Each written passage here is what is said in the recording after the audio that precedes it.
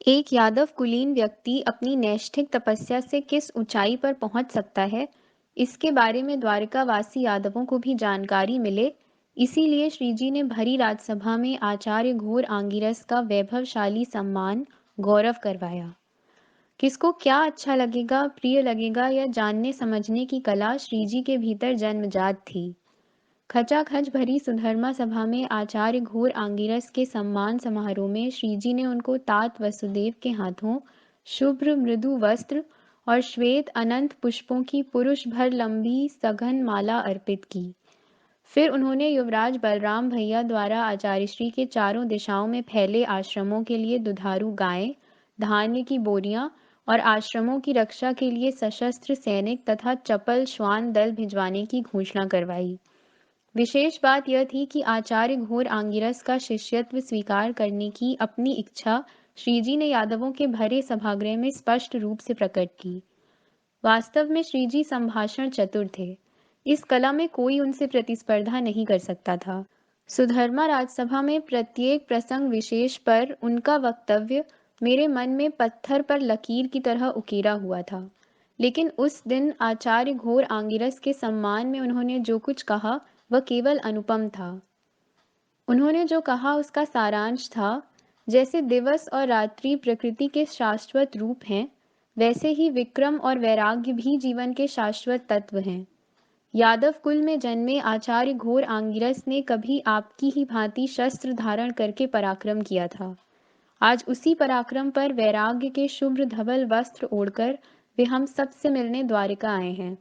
मैं आप सबके समक्ष अपनी इच्छा प्रकट करता हूँ। आचार्य श्री अपना शिष्यत्व प्रदान करके मुझे उपकृत करें। स्थितिप्रज्ञ जीवन से भी परे हो चुके आचार्य घोर आंगिरस भी श्रीजी की इस नम्र भावना से गदगद हो उठे। उनके इस निवेदन का उत्तर देते हुए अपने आचार्य पद और शुभ्र धवल वस्त्रों को भुलाते हुए उन्होंने यादवों जैसे सीधे सरल शब्दों में कहा, मेरे प्रिय यादव बांधवों, मैं तो आपका ही हूँ। आप सबका अनंत जन्मों का पुण्य है जो आपको श्री कृष्ण जैसा अलौकिक अद्वितीय मार्गदर्शक प्राप्त हुआ है। उसने वशनी कुल के भीम सात्वत, वशनी, अन्मित्र, देवमिहुड़, शूर और वसुदेव जैसे वीर पूर्वजों के श्रेयस सहित जन्म लिया है। अंधक कुल के सात्वक, अंधक, महाभोज और भजमान का उत्तराधिकार भी उसने पाया है। मैं मनःपूर्वक आपसे कहना चाहता हूँ कि कभी भी उसके वचन की अवहेलना मत कीजिए। ऐसा करना आपके लिए बड़ा ही हानिकारक होगा। आप सबके समक्ष वह मुझसे अपना शिष्य बनने का आग्रह कर रहा है। अतः उसी की कृपा से मैं स्पष्ट कह रहा हूँ कि यद्यपि आयु में मैं उससे बड़ा हूँ, किंतु उसको शिष्यत्व प्रदान करने का अधिकार अब तक तो मुझे प्राप्त नहीं हुआ है। उचित समय पर उसी की इच्छा से यह कार्य मैं अवश्य करूँगा। शुभम भवतु।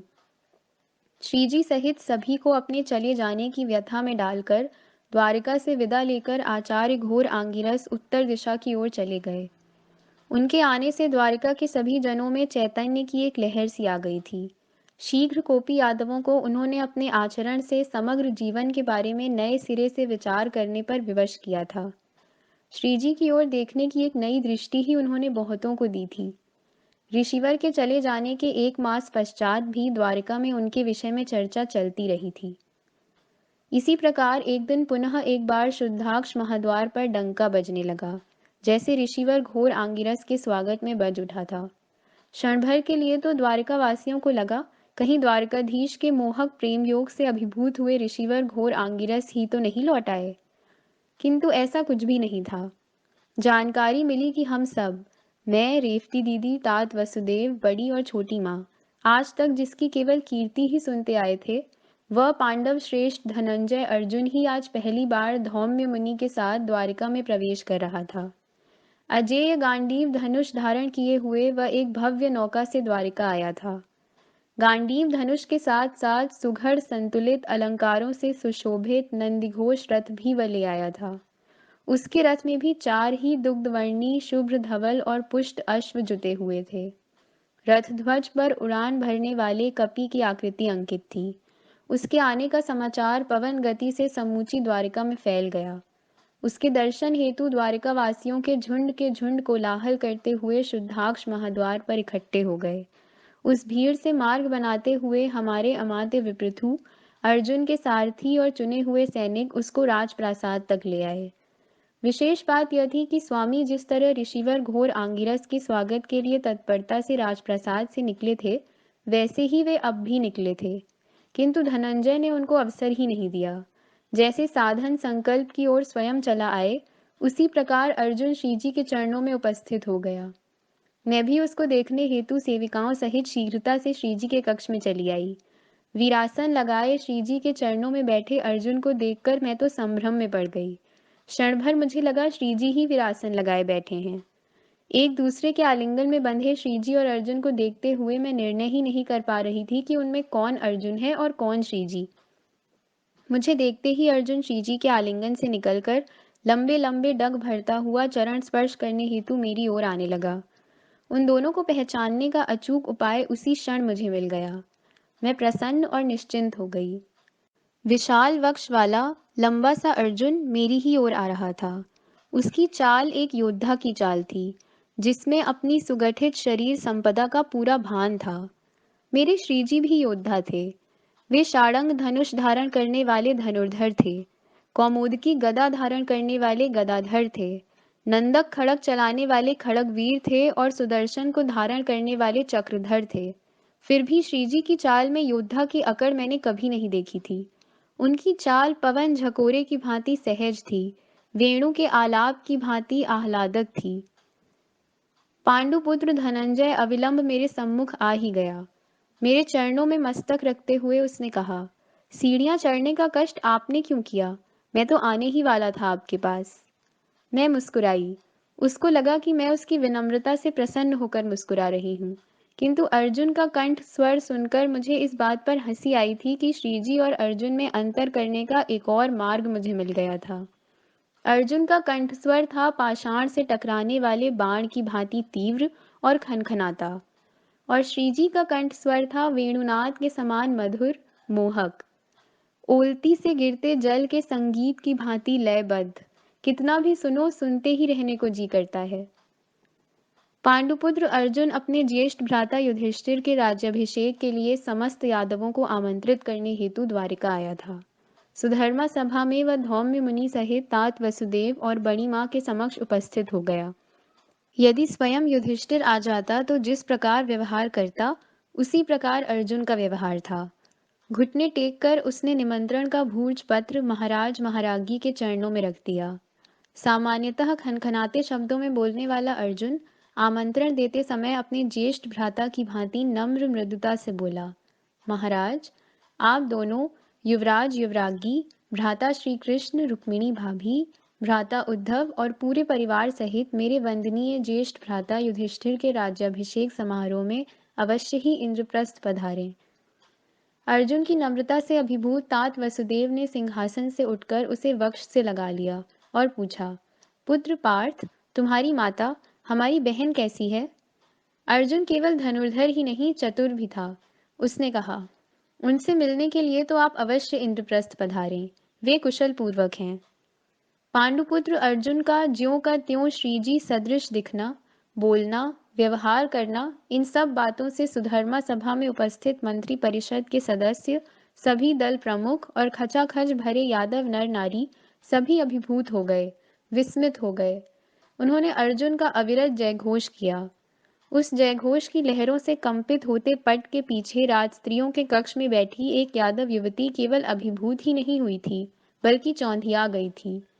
महीन पारदर्शी पट में से भी उसको सभागृह में उपस्थित ऊंचा पांडुपुत्र स्पष्ट दिखाई दिया और भाव ही गया। मन ही मन उसने तो पांडुपुत्र का वरण ही कर लिया। वह थी श्रीजी और बड़े भैया की लाडली बहन सुभद्रा, मेरी प्रिय भद्रा। जाने क्यों उसने कभी भी मुझे भाभी नहीं कहा, सदैव सुश्री कहती थी। मुझे भी उसका वह कहना बहुत अच्छा लगता। मैं भी अनजाने में उसको भद्रा कहने लगी। अर्जुन 1 सप्ताह तक द्वारिका में रहा। इस कालावधि में द्वारिका वासियों ने द्वारिका के शाड़ंग चौक में धनुर्विद्या के अभ्यास की क्रीड़ा भूमि पर गांडीव धनुष द्वारा अर्जुन के दिखाए गए धनुर्विद्या के चौंधिया देने वाले कई चमत्कार देखे। सभी ज्येष्ठ यादव भी वहां उपस्थित थे। उस समय अपने समीप बैठी सुभद्रा की अर्जुन का कौशल देखते देखते होने वाली प्रतिक्रिया देखकर मैं मन ही मन मुस्कुराई थी। सुभद्रा को तो सुधी ही नहीं थी कि वह दर्शकों के स्त्री कक्ष में बैठी है। वहां बैठी सभी स्त्रियों की अर्जुन के धनुष से निकले बाण पर लगी दृष्टि उस बाण से भी अधिक गति से चीत्कार करती सुभद्रा की ओर मुड़ती थी। हमारी सुभद्रा स्फटिक की भांति निर्मल मन की, सौंदर्य पुंज और सबकी प्रिय थी, किंतु उसके विषय में बलराम भैया का क्या विचार है यह किसी ने भी नहीं सोचा था। द्वारिका में ज्येष्ठ पांडव युधिष्ठिर के राज्याभिषेक के लिए निकलने की धूमधाम शुरू हुई। श्रीजी के निर्देशानुसार रथ, वृषभ रथ, उष्ट रथ आदि वाहनों द्वारा द्वारिकावासी नर नारियों की टोलियां इंद्रप्रस्थ की ओर प्रस्थान करने लगी। सभी यादवों को पांडव माता कुंती देवी और पराक्रमी पांडवों से अत्यंत प्रेम था। समय समय पर श्रीजी ने अपनी मधुर वाणी से पांडवों का जो गुणगान किया था, उसी से यह प्रेम पनपा था। यादव और पांडव अब दो नहीं रहे थे। इंद्रप्रस्थ में एक शक्तिशाली केंद्र खड़ा करने की अपनी कल्पना श्रीजी ने मुझे कई बार बताई थी। उनके इस संकल्प के पूरा होने में मुझे तनिक भी संदेह नहीं था। सबसे पहले अपने पुत्र दत्त और पत्नी सहित आचार्य सांदीपनी और गर्ग मुनि शिष्यगणों को साथ लेकर इंद्रप्रस्थ की ओर मार्गस्थ हो गए। तत्पश्चात राजसभा के चुनिंदा मंत्रीगण और सहस्त्रों यादव योद्धाओं ने प्रस्थान किया। उनके पीछे पीछे उनकी स्त्रियां और परिवार चल पड़े। भिन्न भिन्न दल प्रमुख सुभद्रा सहित रेवती दीदी, मेरी 7 बहनों में से लक्ष्मणा, मित्रविंदा, सत्या और कालिंदी ने भी प्रयाण किया। सुभद्रा से तो श्रीजी ने एक ही बात बार बार कही थी, इंद्रप्रस्थ पहुंचते ही पांडवों में से किसी को साथ लेकर समूचा इंद्रप्रस्थ देख लें। अपने जन्मस्थल जाने की कल्पना से ही कालिंदी अत्यधिक प्रसन्न थी। जाम्बवती और भद्रा आने वाली नहीं थीं। तात वसुदेव, बड़ी और छोटी माँ द्वारिका में ही रहने वाले थे। द्वारिका के संरक्षण हेतु मेरा पराक्रमी ज्येष्ठ पुत्र प्रद्युम्न भी द्वारिका में ही रहने वाला था। अंततः बलराम भैया, श्रीजी, देवरजी उद्धव, विपृथु, सेनापति सात्यकी और अनाधृष्टि के रथ चलने वाले थे। सदा की भांति श्रीजी, देवरजी, मैं और भामा गरुड़ध्वज रथ से ही जाने वाले थे। सारथ्य दारुक ही करने वाला था। प्रस्थान के नियत समय पर स्वयं तात वसुदेव, दोनों माताएं और प्रद्युम्न शुद्धाक्ष महाद्वार पर आ गए। आज तो दारुक ने अपने आप ही गरुड़ध्वज को अप्रतिम रूप से सजाया था। गरुड़ध्वज को एक भव्य नौका पर चढ़ाकर ही वह हम सबकी प्रतीक्षा कर रहा था। श्रीजी और बलराम भैया के पीछे पीछे मैं, प्रद्युम्न और भामा शुद्धाक्ष महाद्वार की सीढ़ियां उतरकर नौका की ओर चल ही दिए थे कि अचानक श्रीजी रुक गए। वे किसी सोच में थे। ऊंचे दृढ़काय प्रद्युम्न के कंधे पर हाथ रखकर श्रीजी उसे हम सब से अलग करके एक ओर ले गए। धीमे स्वर में उन दोनों में कुछ बातचीत हुई। फिर क्षण भर में ही वे नौका में बैठे बड़े भैया के पास भी पहुंच गए। सबसे विदा लेकर हम इंद्रप्रस्थ की यात्रा पर निकले। कुछ पड़ाव हमने मरुस्थल और दर्शान राज्य में डाले। अर्बुद पर्वत के पास मत्स्यों के राज्य के विराटनगर की सीमा पर जब हमने पड़ाव डाला तो हमें लगा था कि यहाँ से भी हम शीघ्र ही अगली यात्रा के लिए चल पड़ेंगे, किंतु श्रीजी की आज्ञा से हम 2 दिनों तक वहीं पर पड़ाव डाले रहे। हमारी इस यात्रा के मार्ग में जितने भी राज्य पड़े थे, श्रीजी स्वयं जाकर किसी भी राजा से नहीं मिले थे, बल्कि कई राजा स्वयं ही हमारे पड़ाव पर आकर उनसे मिले थे। परंतु विराट नगर में स्वयं श्रीजी, बलराम भैया और देवरजी सहित उपहार लेकर राजा विराट से मिलने गए। यह बात अन्य किसी के तो नहीं, परंतु बलराम भैया के ध्यान में आ गई। उन्होंने सदैव की भांति अपने प्रिय भ्राता की चुटकी ली। क्यों द्वारिकाधीश, अब राजा विराट का जामाता बनने का विचार है क्या? सदा की भांति मोहक मुस्कान के साथ श्रीजी ने कहा, अब मेरा विवाह तो केवल कर्तव्य पूर्ति के साथ ही होगा। क्या पता भविष्य में यादवों का ना सही पांडवों का ही रक्त संबंध विराट से हो जाए। दाऊ, परिचित मार्ग पर तो सभी चलते हैं, नया मार्ग खोजने वाले कम ही होते हैं। विराट नगर में श्रीजी का यथोचित स्वागत हुआ। इस भेंट के समय मुझे एक नई सखी मिल गई, विराट पत्नी महारागी सुदेशना। इंद्रप्रस्थ राज्य में यमुना नदी के तट पर हमारा अंतिम पड़ाव था। एक रमणीय संध्या समय हम वहां पहुंच गए। अगले दिन ब्राह्म मुहूर्त में ही तनिक शंकाग्रस्त बलराम भैया मेरे और भामा के शिविर में आए। कुछ भयाकुल किंतु दबे से स्वर में उन्होंने कहा, रुक्मिणी, कन्हैया और उद्धव कब से दिखाई नहीं दे रहे हैं कहीं। समझ में नहीं आ रहा कहाँ गए हैं दोनों। मैंने मुस्कुराते हुए उनसे कहा, चिंता मत कीजिए बड़े भैया, वे यहीं कहीं किसी कार्य में मग्न होंगे। तब बलराम भैया भी हंसकर बोले, वैसे मैं कभी भी किसी की किसी भी बात की चिंता नहीं करता, किंतु इसकी चिंता किए बिना रहा ही नहीं जाता। क्या करें, ज्येष्ठ जो ठहरा। उनके उद्गारों में मेरी और भामा की हंसी लुप्त हो गई। थोड़ी ही देर में हाँफता हुआ एक यादव दूत हमारे शिविर में आ गया। उसने कहा, महारागी, देवी कालिंदी स्वामी के दर्शन हेतु अपने शिविर से निकल तो पड़ी हैं, किंतु अब तक वे यहाँ भी नहीं पहुंची हैं। बहुत ढूंढा, कहाँ गई हैं वे, कुछ पता नहीं चला। अब मैं और भामा भी चिंताग्रस्त हो गईं। चारों दिशाओं में अन्वेषक दल भेजकर विशेषतः कालिंदी की खोज आरंभ हो गई। किसी के भी ध्यान में यह नहीं आया कि यमुना के घाट पर उसकी खोज की जाए। घटिका बीत गई। हमारे शिविर पर सुंदर प्रभात उदित हुआ। जाने कैसे कुछ इंद्रप्रस्थ वासियों को द्वारिकाधीश के यमुना तट पर आगमन की आहट लग गई। जिसे भी इस बात का पता चला वह यमुना की ओर दौड़ पड़ा। क्षण क्षण लोगों की भीड़ बढ़ने लगी। श्रीजी, देवरजी और कालिंदी को खोजना और भी कठिन हो गया। तभी कुछ इंद्रप्रस्थ वासियों से घिरे सादे वस्त्र पहने श्रीजी और देवरजी आते दिखाई दिए। तब कहीं हमारे मन का बोझ हल्का हुआ।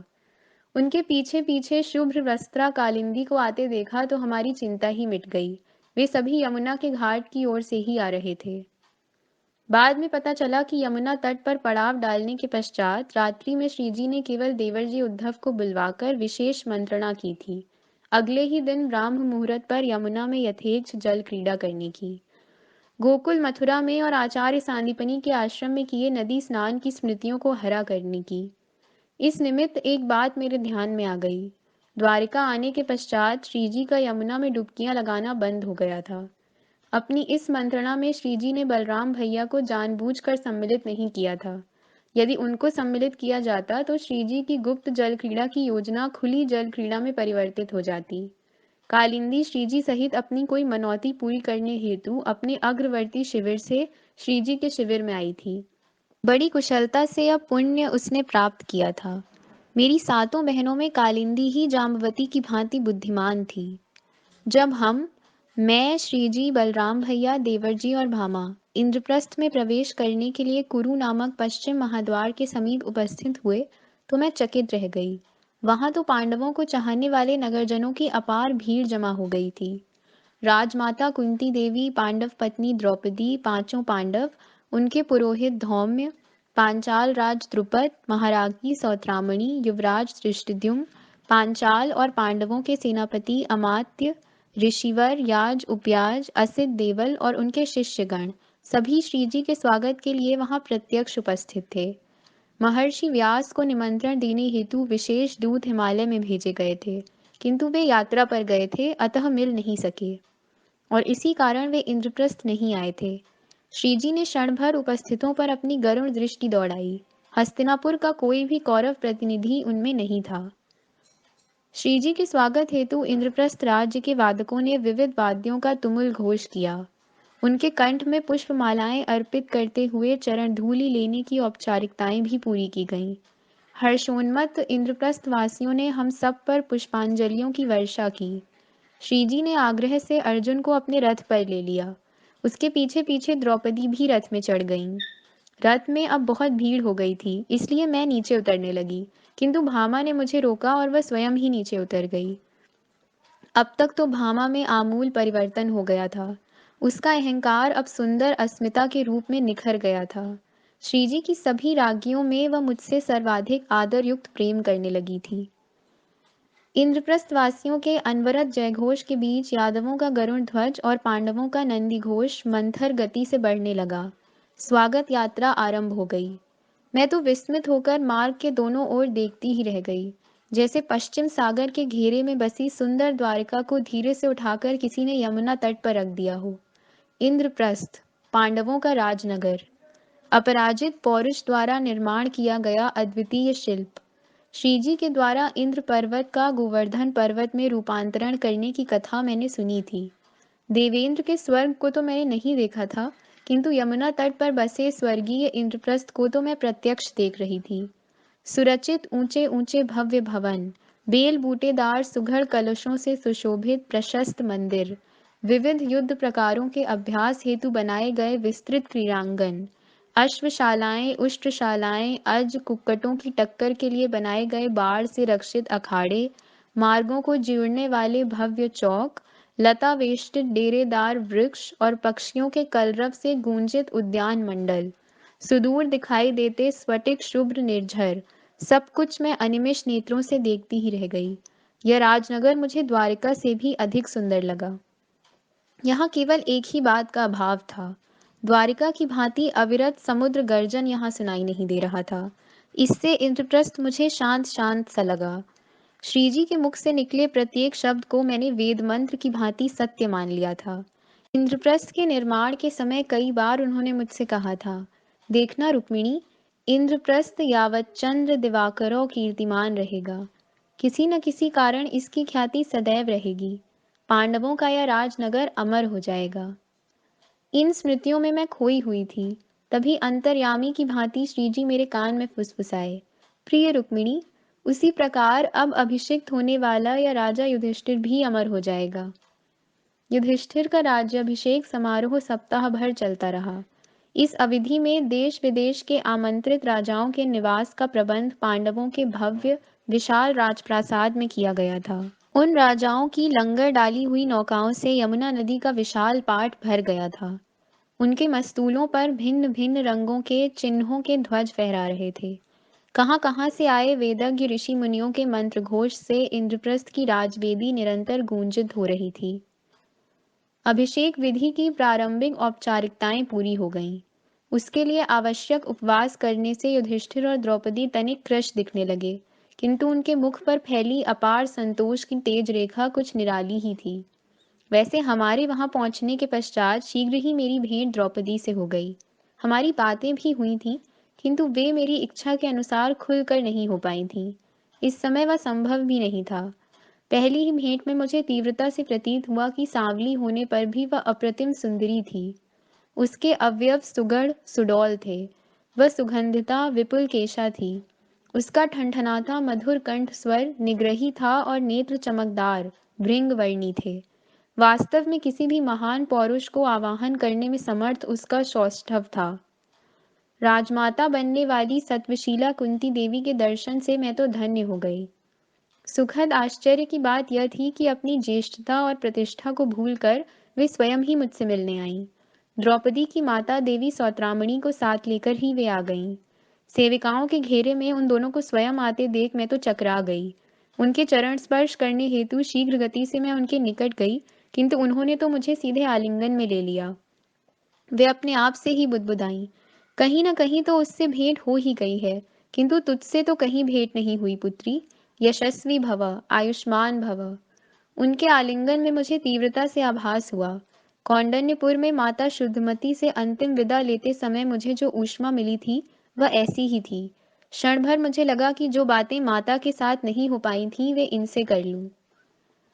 ज्येष्ठ पांडुपुत्र युधिष्ठिर के इंद्रप्रस्थ के भव्य स्वर्णिम राज सिंहासन पर आरूढ़ होने का सुदिन आ पहुंचा। रात भर सो न पाया समस्त इंद्रप्रस्थ बड़े तड़के ही जगमगा उठा। मंत्रघोष के साथ ही भावी महाराज महारागी युधिष्ठिर द्रौपदी ने अभ्यंग स्नान किए। राजमाता कुंती देवी और अन्य पांडव भी स्नानादि से निवृत्त हो गए। दृष्टि को चौंधिया देने वाले महीन राजवस्त्र और आभूषण धारण करके सब सुसज्जित हुए। वीर भ्राताओं का वह पंचक मेरे और श्रीजी के दर्शन और आशीर्वाद प्राप्त करने एक साथ ही हमारे कक्ष में आ गया। अर्जुन तो आज ऐसा दिख रहा था कि किसी की दृष्टि न लग जाए। हमसे आशीर्वाद पाकर वे हमारे साथ कुछ हास परिहास कर ही रहे थे कि इंद्रप्रस्थ के सेनापति लगभग दौड़े दौड़े चले आए। उन्होंने युधिष्ठिर अर्जुन के बदले श्रीजी को ही वंदन करके उन्हीं के समक्ष एक विशेष समाचार प्रस्तुत किया। वंदनीय द्वारिकाधीश, हस्तिनापुर से पितामह भीष्म ज्येष्ठ पांडुपुत्र को आशीर्वाद देने हेतु इंद्रप्रस्थ पधारे हैं। उनके साथ महात्मा विदुर और मंत्री संजय भी हैं। उस पर श्रीजी ने जिज्ञासा प्रस्तुत की, और कौन कौन आया है? और पितामह की विशेष सेना, अन्य कोई भी नहीं। यह सुनकर नित्य की भांति मोहक मुस्कुराते हुए श्रीजी ने कहा, चलिए सेनापति, पितामह का स्वागत करें। और देवरजी सहित वे उत्तर दिशा में शूरसेन नामक महाद्वार की ओर चले गए। यह तो अच्छा ही हुआ कि राजा बनने वाले युधिष्ठिर को पितामह का आशीर्वाद प्राप्त होगा। नियोजित शुभ मुहूर्त पर इंद्रप्रस्थ की श्री कृपा नामक राजसभा में राज्याभिषेक संपन्न हो गया। देश देश से पधारे हुए ऋषिवरों के मंत्र घोष के साथ अभिषेक विधि के प्रमुख पांडव पुरोहित धौम्य ऋषि ने युधिष्ठिर के मस्तक से कुरुवंश की पेंचदार पगड़ी उतारकर बेल बूटेदार स्वर्णिम राजमुकुट उसके मस्तक पर चढ़ाया। उसी प्रकार तिकोने आकार का बेल बूटेदार छोटा रागी किरीट महारागी द्रौपदी के मस्तक पर चढ़ाया गया। विविध वाद्यों के प्रचंड घोष से श्री कृपा राजसभा गूंज उठी। उपस्थित राजाओं ने और इंद्रप्रस्थ वासियों ने आनंद उल्लास से महाराज महारागी पर पुष्प वर्षा की। इंद्रप्रस्थाधिपति पांडव कुलभूषण पांडुपुत्र युधिष्ठिर महाराज के राजघोष की पूर्ति में सहस्रों कंठों से प्रतिध्वनि उठी, जय हो। इस प्रतिध्वनि से यमुना की चंचल लहरें भी रोमांचित हो उठी। पूरा दिन समस्त इंद्रप्रस्थ हर्षोत्फुल्ल होकर नगर के चौक चौक में नाचने गाने और भांति भांति की क्रीड़ाओं में तल्लीन हो गया। उस दिन संध्या समय पांडवों का पूरा राजनगर देखकर लौट आई हमारी सुभद्रा मुझे कुछ अलग अलग सी लगी। उसके मुखमंडल से प्रसन्नता के जैसे सैकड़ों कपोत उड़ना चाह रहे थे। मैंने खोद खोद कर उससे पूछा, सुभद्रे, इंद्रप्रस्थ में कुछ देखना परखना शेष तो नहीं रह गया? चतुर सुभद्रा ने उत्तर में कहा, पूरा पूरा इंद्रप्रस्थ देख लिया सुश्री जी, कुछ भी शेष नहीं रहा। यह तो स्पष्ट ही था कि वह नंदी घोष रथ से इंद्रप्रस्थ का पर्यटन करके लौट आई थी। मैंने धीरे से उसकी पीठ थपथपाते हुए कहा, राज्याभिषेक के न होते हुए भी राजयोग होता है किसी किसी के भाग्य में। वह मंद मंद मुस्कुराई। जिसका डंका आर्यवर्त भर में बज रहा था, उस युधिष्ठिर का राज्याभिषेक संपन्न हुआ। आमंत्रित जन लौटने लगे। द्रौपदी यद्यपि आमंत्रितों को विदा देने में अत्यंत व्यस्त थी, फिर भी किसी न किसी बहाने से वह श्रीजी से बार बार मिल रही थी। भिन्न भिन्न स्वभाव के अपने पतियों के विषय में कुछ न कुछ पूछती रहती थी। अपने पतियों का उल्लेख करते समय उसकी मुद्रा बड़ी रोचक होती थी, फिर भी स्त्रियोचित नम्रता को वह भूलती नहीं थी। युधिष्ठिर का उल्लेख कभी वह ज्येष्ठ के नाम से तो कभी महाराज के नाम से किया करती थी। सहज ही सहदेव का उल्लेख कनिष्ठ या अश्वज्ञ के नाम से होता था। अर्जुन का उल्लेख करते समय उसके नेत्र चमक उठते थे। उसके विषय में श्रीजी से बात करते समय वह तुम्हारी परछाई धनुर्धर कहकर उसका उल्लेख किया करती थी। भीम का उल्लेख करते समय उसके विशालाक्ष और भी विशाल हो जाते थे।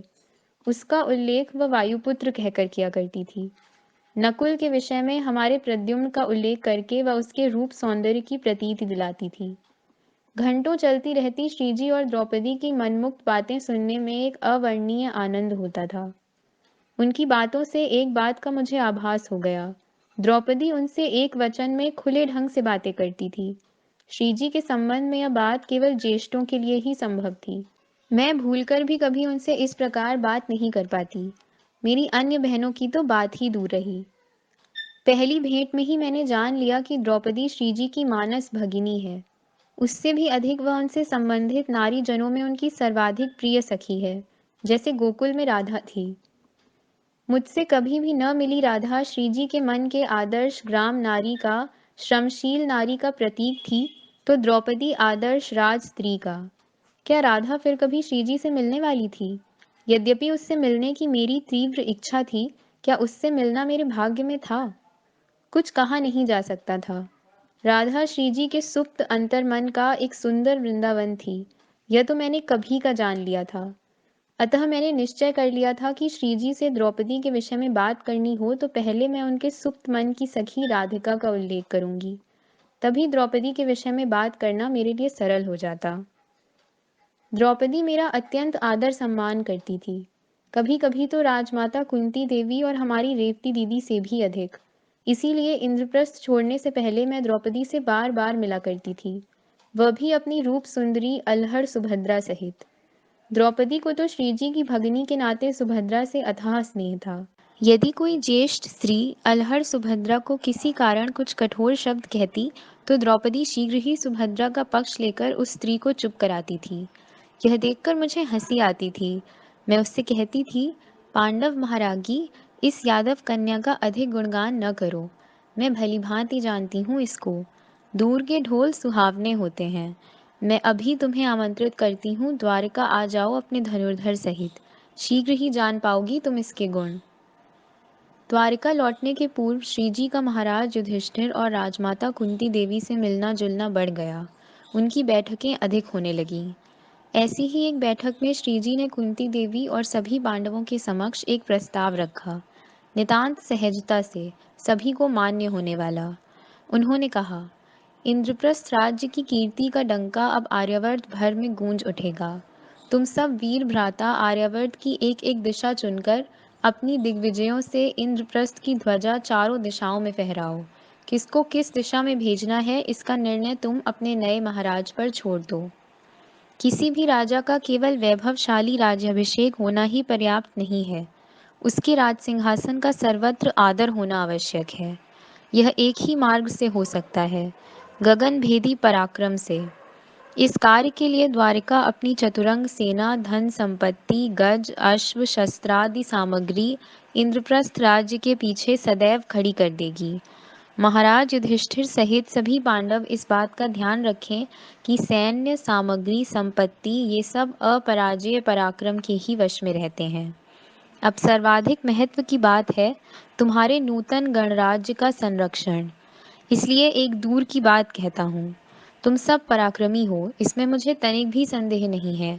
फिर भी इंद्रप्रस्थ के संरक्षण का दायित्व मुख्यतः दोनों के ही कंधे पर आने वाला है, अर्जुन और महाबली भीम के। अतः गदा और मल्ल विद्या में निष्णात भीमसेन को इन विद्याओं में अतुलनीय कुशलता प्राप्त करनी चाहिए। इसलिए उसे इन विद्याओं में जिनका अधिकार अंतिम रूप से माना जाता है, उनके पास अर्थात हमारे दाऊ के पास शिक्षा पाने के लिए शीघ्र ही भेजा जाए। महाराज युधिष्ठिर ने निर्णय की अपेक्षा से राजमाता कुंती देवी की ओर देखा। उनकी स्वीकृति का संकेत पाते ही युधिष्ठिर ने द्वारकाधीश से कहा, आपके कहने के अनुसार भीमसेन द्वारिका जाएगा। भीमसेन के शिक्षा प्राप्त करके लौटते ही हम दिग्विजय के लिए इंद्रप्रस्थ से निकल पड़ेंगे। बलराम भैया मेरे भ्राता को अपना शिष्य स्वीकार करें और श्री कृष्ण दिग्विजय के लिए हमें आशीर्वाद दें। सबसे विदा लेकर बलराम भैया, श्रीजी और उद्धव जी सहित हम सब इंद्रप्रस्थ से द्वारिका लौट आए। बलराम भैया के रथ में उनके साथ महाबली भीमसेन भी था। द्वारिका अग्र सूचना पहुंचने से शुद्धाक्ष महाद्वार पर भीड़ ही भीड़ इकट्ठी हो गई थी। अर्जुन के आगमन के समय उसे देखने के लिए जितनी भीड़ इकट्ठी हुई थी, उससे भी अधिक भीड़ जमा हुई थी भीमसेन को देखने के लिए। अद्वितीय शरीर सामर्थ्य के स्वामी के रूप में आज तक मैं अपने बलराम भैया को बड़े आदर से देखती आई थी। उनके रथ में बैठे महाकाय भीमसेन को देखते हुए मुझे प्रतीत हो रहा था कि जिस प्रकार अर्जुन श्रीजी की छाया है, वैसे ही भीमसेन भी बलराम भैया की छाया बन सकता है। उन दोनों को एक साथ देखना कैलाश और मैनाक पर्वत का एक ही दृष्टिक्षेप में दर्शन करने जैसा था। महाकाय स्नायुबद्ध शरीर वाले भीमसेन के दर्शन होते ही उतावले यादवों ने पागलों की भांति उस पर पुष्प वर्षा की। कुमकुम वर्षा से उसे सराबोर कर दिया। बीसियों यादवों ने जयघोष करते हुए उसको कंधे पर उठाकर बड़ी धूमधाम से शोभा यात्रा भी निकाली। जब गुरुदेव घोर आंगिरस द्वारिका आए थे, तब चैतन्य की ऐसी ही लहर उठी थी द्वारिका में, और हुई थी त्याग पूजा, विद्युत पूजा। अर्जुन के आने पर भी द्वारिका में ऐसी ही लहर उठी थी, धनुर्योग की, श्रीजी की सदेह परछाई के दर्शनों की। और अब भीमसेन के आने से द्वारिका में लहर उठी है, श्वेत से सने मल्लयोग की, खनखनाते गदा योग की, बलराम भैया की सदेह छाया को देख पाने के अभूतपूर्व आनंद की। समस्त द्वारिका को अब जैसे मल्ल विद्या के विराट अखाड़े का और गदा विद्या की विशाल रणभूमि का रूप प्राप्त हो गया था। आसपास के आनर्त, सौराष्ट्र, सौवीर, भृगुकच्छ आदि गणराज्यों से द्वारिका में आए हुए विशाल काय मल्ल जहां तहां दिखने लगे थे। भिन्न भिन्न गठन की गदाएं ढालने वाले कुशल लोहकार भी द्वारिका चले आए थे।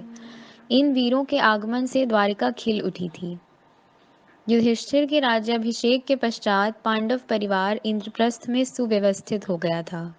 पांचों पांडवों ने कुंती माता और द्रौपदी सहित एक गुप्त बैठक में परिवार की आचार संहिता निश्चित कर दी थी। एक नियम के अनुसार द्रौपदी के अपने प्रत्येक पति के साथ एकांत की कालावधि निर्धारित की गई थी। उस समय अन्य चार पांडवों में से किसी का भी एकांत कक्ष में प्रवेश वर्जित था। ऐसे में एक दिन जब युधिष्ठिर और द्रौपदी एकांत में थे, कोई ब्राह्मण अपनी गायों के हरण किए जाने की शिकायत लेकर आया।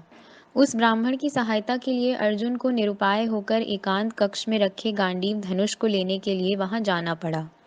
नियम के अनुसार उसका 1 वर्ष तीर्थ यात्रा पर जाने का दंड भुगतना आवश्यक हो गया। अर्जुन के तीर्थ यात्रा पर चले जाने का समाचार द्वारिका में पहुंचा। पहले तो श्रीजी कुछ गंभीर हो गए, फिर अपनी मोहक मुस्कान बिखेरते हुए उन्होंने मुझसे कहा, अब तो इसी वर्ष अर्जुन से भेंट होगी। भीमसेन को दोनों विद्याओं का अभ्यास कराने हेतु बड़े भैया व्यायामशाला में व्यस्त हो गए। यहाँ तक कि तात वसुदेव, बड़ी माँ और छोटी माँ से भी प्रभात वंदन और सच्चा वंदन के समय के अतिरिक्त उनकी भेंट ही नहीं हो पाती थी। इतना ही नहीं, रेवती दीदी से भी वे दिन में केवल 2 बार भोजन के समय ही मिल पाते थे। श्रीजी भी अब राजसभा में सेनापति सात्यकी और अनादृष्टि के साथ व्यस्त रहने लगे थे। देवरजी से मुझे ज्ञात हुआ कि राजसभा में चर्चा का विषय होता था केवल मगध सम्राट जरासंध। विवाह के योग्य हुई बहन सुभद्रा की ओर दोनों भ्राताओं का ध्यान ही नहीं था। उनको वह अब भी अलहड़ बालिका ही लग रही थी। किंतु वह विवाह के योग्य हो गई है, उसके लिए सुयोग्य वर खोजने का समय आ गया है, इस बात की ओर दोनों भ्राताओं का ध्यान आकर्षित करने का दायित्व अब मुझ पर ही आ गया था। सुभद्रा मुझे अपनी पुत्री चारुमती जैसी ही लगती थी, अतः इस कार्य के लिए मैंने मुहूर्त चुना, गुरु पूर्णिमा का। मैंने अनुरोध पूर्वक आचार्य सांदीपनी को गुरुपत्नी और गुरुपुत्र सहित राजप्रासाद में आमंत्रित किया। देवरजी द्वारा बलराम भैया और श्रीजी को भीमसेन सहित रनिवास के द्वीप पर भोजन के लिए बुलवाया गया। उस दिन तात वसुदेव, बड़ी और छोटी माँ, रेवती दीदी और समस्त राज परिवार एकत्र हो सके, ऐसा प्रबंध भी मैंने करवाया। बलराम भैया के ठहाके और श्रीजी के हास परिहास के साथ सभी ने सुस्वादु भोजन का आस्वादन किया। अंत में तांबूल सेवन के समय मैंने चतुराई से आचार्यश्री को परिवार सहित मूल द्वारिका पहुंचाने हेतु दारुक को गरुड़ध्वज सज्जित करने को कहा। आचार्यश्री के साथ भीमसेन को और गुरुपत्नी के साथ सुभद्रा को भेज दिया। उसको अकेलापन प्रतीत न हो, इसलिए बहन कालिंदी और जामवती को भी उसके साथ भेज दिया। तांबूल सेवन का कक्ष अब मेरी योजना के अनुकूल हो गया। समस्त राजपरिवार के आगे मैंने सुभद्रा के विवाह का विषय छेड़ा। हमारे पूर्व नियोजन के अनुसार रेवती दीदी ने मेरा समर्थन किया। वैसे हमारे परिवार के सभी सदस्य एक साथ क्वचित ही मिल पाते थे। आज वह अवसर मुझे मिल गया था। मैंने ठान लिया कि इसका पूरा लाभ उठा लूं। मैंने कहा, तात वसुदेव, दोनों राजमाताओं युवराज और युवराग्री के होते मेरा बात करना आवश्यक तो नहीं है, फिर भी मुझसे रहा नहीं जाता है, इसलिए कह रही हूँ। आप सब मुझे क्षमा करें। आप सब ज्येष्ठ ज्ञानी हैं। कामरूप देश की सहस्त्रों स्त्रियों का आपने द्वारिका में पुनर्वास कराया, किंतु अपने घर का क्या? हमारी सुभद्रा विवाह के योग्य हो गई है। उसके स्वयंवर के विषय में आपने कुछ सोचा है क्या? क्या आप में से किसी के भी पास उसकी ओर ध्यान देने के लिए समय नहीं है? मेरी बातें सुनकर तात वसुदेव बोले, रुक्मिणी का कहना उचित है, किंतु हम तो वृद्ध हो गए हैं। इस कार्य का दायित्व अब हमारे ज्येष्ठ पुत्र बलराम पर है। सुभद्रा के लिए अब वही उचित वर चुने। इसमें कृष्ण उसकी सहायता करे।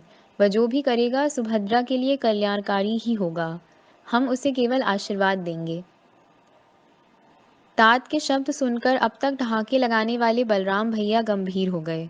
उन्होंने निश्चय पूर्वक कहा, सुभद्रा हमारी अत्यंत लाडली बहन है। तात उसके विवाह की तनिक भी चिंता न करें। मैंने उसके लिए सुयोग्य वर कभी का चुन रखा है। मुझे विश्वास है रुक्मिणी को भी वह अच्छा लगेगा, और रुक्मिणी की सम्मति के पश्चात छोटे की सम्मति का तो प्रश्न ही नहीं उठता। क्यों कृष्ण? सीधे साधे स्वभाव के बलराम भैया ने वर का नाम बताए बिना ही भरी बैठक में प्रश्न करके श्रीजी के आगे समस्या ही खड़ी कर दी। परंतु वे तो बड़े भैया के भी गुरु निकले। तनिक भी विचलित न होते हुए उन्होंने बड़े भैया से प्रति प्रश्न किया। ऐसे गूढ़ प्रश्नों का उत्तर प्रति प्रश्नों से ही देना तो उनकी आदत थी। उन्होंने बलराम भैया से पूछा, वर का नाम बताए बिना ही आप सम्मति पूछ रहे हैं दाऊ? दिन उगा ही नहीं और आप पूछ रहे हैं कि सूर्य कितना चढ़ा आया है। इसका उत्तर क्या रेवती भाभी भी दे सकेंगी? अब अपना प्रिय अनुज ऐसे ही प्रश्नों की झड़ी लगाकर उलझन में डाल देगा, या बड़े भैया भलीभांति जान गए। इसलिए उन्होंने शीघ्र ही कहा, मानो कोई पहेली बुझा रहे हों। वर कुरुकुल से ही तो है, पराक्रमी है। तू ही कह दे छोटे, कौन होगा वह? उन्होंने पुनः प्रश्न किया। कुरुकुल से, पराक्रमी? और कौन हो सकता है? पांडवों में से ही कोई होगा। देवरजी ने बीच में ही कह डाला, उद्धव, मैं जानता हूँ कि तुम्हारे मुख से कृष्ण ही बोल रहा है। सुभद्रा के लिए मेरा चुना व कुरुकुल से ही है, किंतु पांडवों में से नहीं, कौरवों में से है। भविष्य में वह हस्तिनापुर का अभिषिक्त सम्राट बनने वाला है। सुभद्रा के लिए जो वर मैंने चुना है, वह है हस्तिनापुराधीश महाराज धृतराष्ट्र का पुत्र युवराज दुर्योधन। बलराम भैया का यह चयन सुनकर बैठक स्तब्ध रह गई। अप्रत्याशित नाम सुनकर सभी भौचक्के रह गए। भ्रांत धारणा से वे बोलते ही रहे। दुर्योधन गदायुद्ध की विद्या का मेरा शिष्य है। मिथिला में निष्ठा पूर्वक मेरी सेवा करते हुए अत्यंत नम्रता से उसने मुझसे यह विद्या ग्रहण की है। यदि गदा विद्या का थोड़ा ज्ञान भी मुझे है तो उसके आधार पर मेरा कहना है कि इस विद्या में समस्त आर्यावर्त के अंतर्गत दुर्योधन का कोई जोड़ नहीं है। यादवों के हस्तिनापुर के साथ रक्त संबंध हो जाने से हमारा गणराज्य और भी प्रबल हो जाएगा। मुझे पूरा विश्वास है कि मेरा पट शिष्य दुर्योधन कभी भी मेरी अवज्ञा नहीं करेगा। इसीलिए मैंने प्रिय सुभद्रा के लिए दुर्योधन को चुना है। क्यों छोटे, इस विषय में तुम्हें जो भी कहना है इसी बैठक में सभी के समक्ष स्पष्ट कह दो। बाद में झमेला खड़ा करने की तुम्हारी आदत है, इसलिए पूछ रहा हूँ। लाल मिट्टी में खेलने वाले हम मल्लवीर सीधे साधे खुले मन के होते हैं। तुम हो राजनीति के अखाड़ेबाज, धूर्त और मायावी।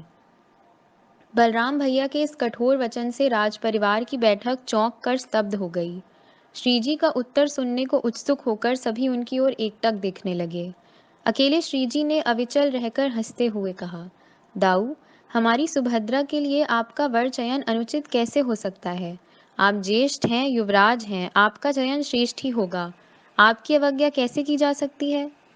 युवराज दुर्योधन गदायुद्ध की विद्या में सर्वश्रेष्ठ है, उसका कोई जोड़ नहीं है, ऐसा मैंने भी सुना है। किंतु स्वयंवर तो सुभद्रा का ही होगा, आपका अथवा मेरा नहीं।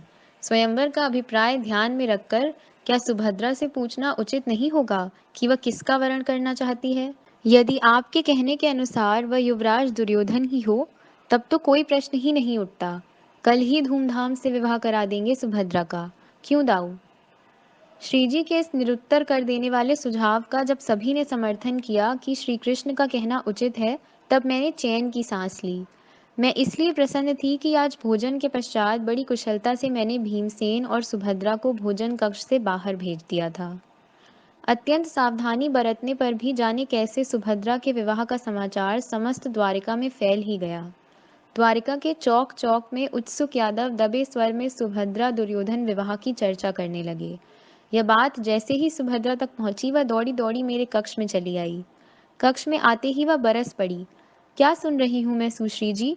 आप सब मिलकर मुझे उस उद्दत अहंकारी अंधपुत्र के पल्ले बांधना चाहते हैं। क्या आप सबके लिए मैं केवल बोझ बन गई हूँ? मैंने ठान लिया है सुश्री जी। आप मेरे दोनों भ्राताओं से मेरा निश्चय कह दीजिए। मैं कुरुओं की पुत्रवधू बनकर हस्तिनापुर कभी नहीं जाऊंगी। आवश्यकता पड़ने पर मैं पश्चिम सागर में जल समाधि लेना स्वीकार करूंगी। वह भी तो यादव कुल कन्या थी, शीघ्र कोपी, हठी, अपने बड़े भैया से भी अधिक। मैंने इंद्रप्रस्थ में ही भांप लिया था कि धनुर्धर अर्जुन पर उसका मन आ गया है। फिर भी अनजान बनने का बहाना बनाकर मैंने कहा, पागल मत बन सुभद्रा, हस्तिनापुर की महाराज्ञी बनने का अभिप्राय जानती है तू? तुझे पता है कि कितने बड़े वैभव की, सत्ता संपत्ति की स्वामिनी बनेगी तू? वैसे वह मुझसे आदर से ही बात किया करती थी, परंतु जैसे ही मैंने उसको छेड़ा, उसके अंदर की यादव स्त्री जागृत हो उठी। मुझ पर आंखें गड़ाकर उसने कहा, तो आपने क्यों नहीं स्वीकार किया चेदी देश की महाराज्ञी का स्थान? क्यों ग्रंथि बंधन एक ग्वाले के साथ? भावावेश में वह कुछ का कुछ कह गई और जैसे ही उसको आभास हुआ कि उसने अपने प्रिय भैया को ग्वाला कहा है, तत्क्षण वह अपने हाथों में मुख छिपाकर सिसकने लगी। मैंने बड़े प्रेम से उसको गले लगाया और थपथपाते हुए कहा, चुप हो जा भद्रे, शांत हो जा। जैसा तू चाहती है वैसा ही होगा, किंतु एक बात का अवश्य ध्यान रखना। यदि बड़े भैया ने तुझसे कुछ पूछ ही लिया तो कह देना कि छोटे भैया जो कहेंगे मैं वही करूंगी। अब रोती मत रहे, सदैव स्वामी के साथ रहा कर और जैसा वे कहें वैसा ही करती जा। तेरी इच्छा अवश्य पूर्ण होगी। वह मुझसे और अधिक लिपट गई तथा सिसकते सिसकते बोली, क्षमा क्षमा कीजिए सुश्री जी, मैं तो कुछ अनाप शनाप ही कह गई। किसी और को उद्दत कहते कहते स्वयं मैं ही कैसे उद्दत हो गई। मेरे लिए उसके मन में अपार प्रेम आदर था। अपनी भूल को समझकर वह खुलकर रो भी नहीं पा रही थी। मैं भी बिना कुछ कहे अपनी प्रिय चारू की भांति उसको थपथपाते हुए प्रेमिल स्पर्श मात्र से ही सांत्वना देती रही। कुछ समय पश्चात जब उसका भावावेश कुछ कम हो गया, तब मैंने केवल इतना ही कहा, भद्रे, मेरे प्रिय स्वामी इस आर्यावर्त के सर्वश्रेष्ठ ग्वाले ही हैं। उनके अद्वितीय विचारों की जो छिटपुट दुग्ध धाराएं मुझे प्राप्त हो गई हैं, उनमें से ही कुछ मैंने तुझ तक पहुंचाई हैं। उस अलौकिक ग्वाले के पास विचार दुग्ध धाराओं से लबालब भरी कितनी मटकियां हैं, यह मुझे भी ज्ञात नहीं है। उनकी पत्नी होने के नाते मुझे जागृत ही नहीं, निद्रावस्था में भी उन पर गर्व होता है। तू तो उनकी सहोदरा बहन है, तुझे मैं क्या बताऊं। अब तो सुभद्रा मेरे कंधे पर सिर रखकर अविरल अश्रु बहाती रही। मैं उसकी रोहिणी माता की भांति उसको थपथपाती ही रही।